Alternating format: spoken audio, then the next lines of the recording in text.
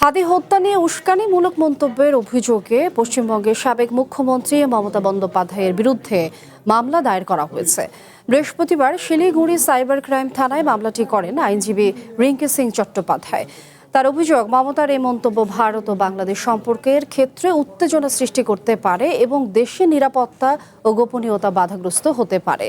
তার দাবি, মুখ্যমন্ত্রী হিসেবে দায়িত্ব পালনকালে প্রশাসন বা স্বরাষ্ট্রমন্ত্রীর সঙ্গে হওয়া কথোপকথনকে রাজনৈতিকভাবে ব্যবহার করে মমতা মৌলবাদীদের উস্কে দিয়েছেন এবং আন্তর্জাতিক অঙ্গনে ভারতের ভাবমূর্তি ক্ষুণ্ণ করেছেন।